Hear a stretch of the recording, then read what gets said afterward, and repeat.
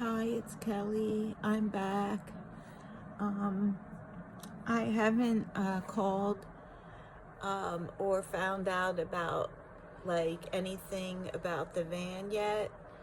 I think if we clean it well enough and maybe my husband maybe drives it around the block with the windows down or something, it should be fine. It was just a lot for me to take in, especially like airports are like the germiest places in the world. So, um, I know that both Mark and my daughter cleaned the van, so that's helping me feel better.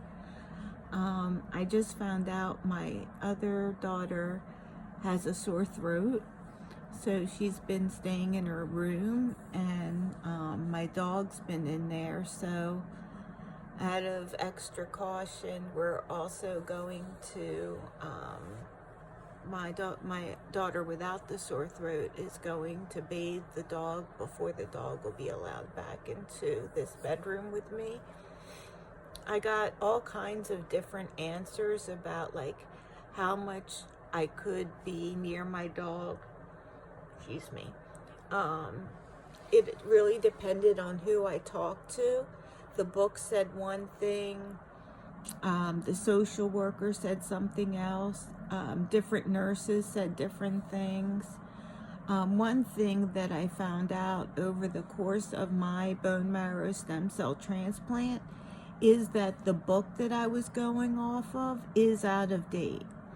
So several things in there, like the fact that I can't eat fresh fruits and vegetables, that's no longer true.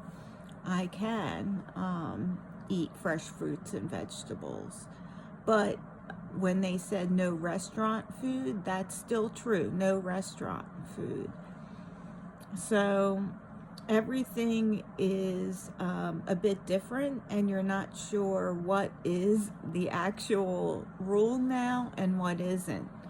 So I've done some looking up of stuff online, but even different sources online say different things. So it's been pretty frustrating. And one of the things that I'm a little frustrated about too was how even within the same facility, one nurse might tell you one thing and another nurse might tell you something else.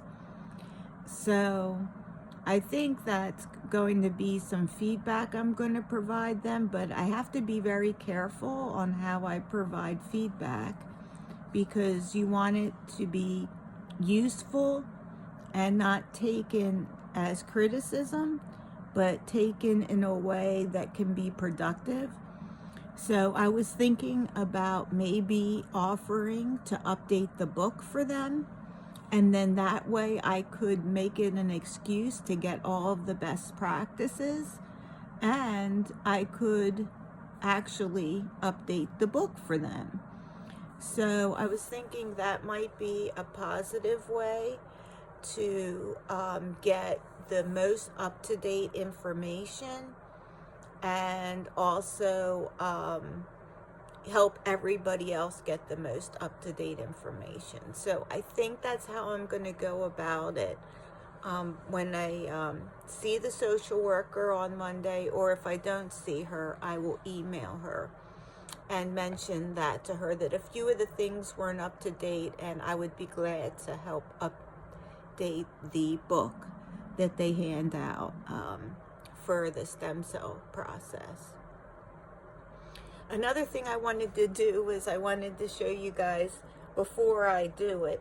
See how uneven this, all my hair fell out here, but not here. And so I'm going to cover this part. I look like I got male pattern baldness, just like my hubby.